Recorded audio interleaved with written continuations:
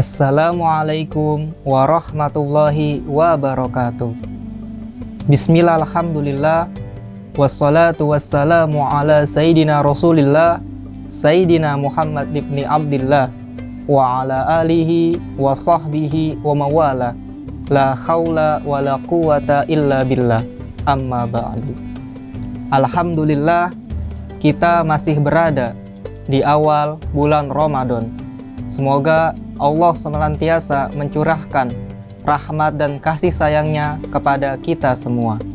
Saudara-saudaraku, kaum muslimin, dimanapun kalian berada. Setiap manusia tentu memiliki harapan dan impian.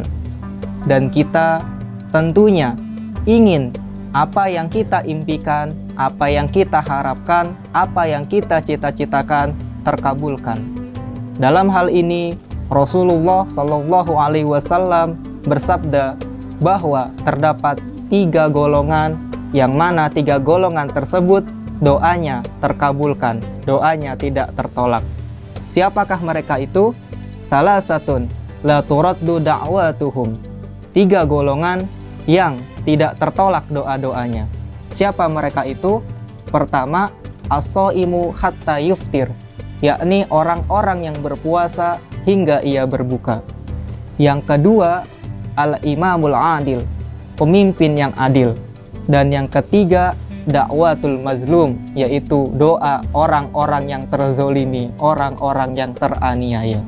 Kaum muslimin, saudara-saudaraku yang dirahmati Allah, ini merupakan sebuah karunia dari Allah yang diberikan kepada setiap hamba-hambanya yang berpuasa, menahan rasa lapar dan haus dari mulai terbit fajar hingga terbenamnya matahari.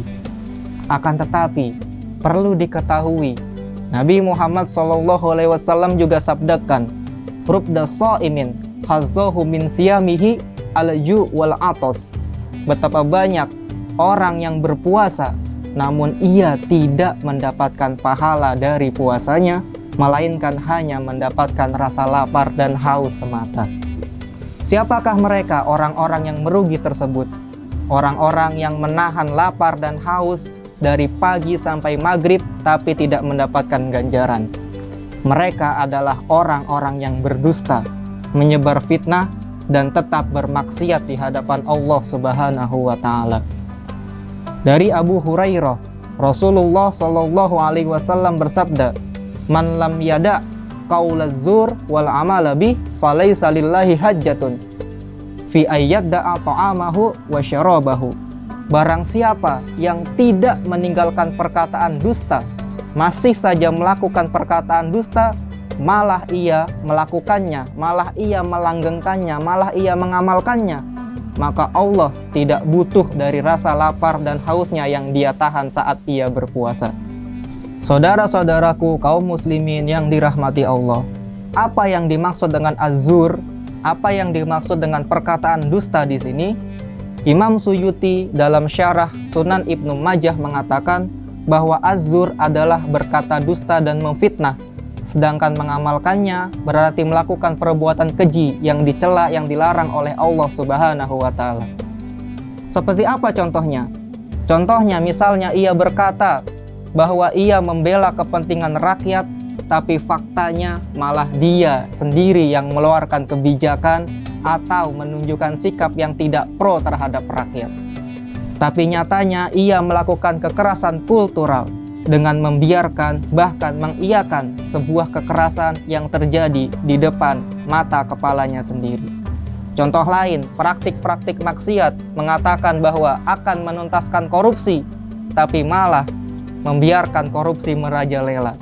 Contoh lain, akan membela, mengusut setiap pelanggar-pelanggar HAM, tapi malah menjadikan tokoh pelanggar HAM sebagai tokoh keamanan nasional.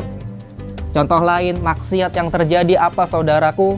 Maksiat yang dilakukan kepada alam sekitar dengan merusak, mengotori, mencemari lingkungan yang ada. Perlu diketahui bersama secara tegas bahwa ketika alam ini sudah rusak, ketika air semua sudah tercemar, ketika sumber daya alam kita semua sudah dieksploitasi, maka kita semua, tidak peduli dia Islam, tidak peduli agamanya apa, bahkan tidak peduli dia tidak beragama sekalipun, ia yang akan merasakan dampak kerugiannya.